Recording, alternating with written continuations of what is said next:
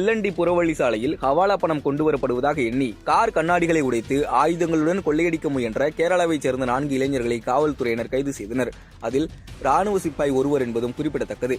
கேரள மாநிலம் எர்ணாகுளம் மாவட்டத்தைச் சேர்ந்த அஸ்லாம் சித்திக் என்பவர் கேரளாவில் விளம்பர நிறுவனம் நடத்தி வருகிறார். அந்த நிறுவனத்திற்கு தேவையான கணினி உள்ளிட்ட உபகரணங்களை பெங்களூருவிலிருந்து வாங்கிக் கொண்டு தனது அலுவலக ஊழியர்களுடன் கோவை வழியாக கேரளா நோக்கி சென்றார்.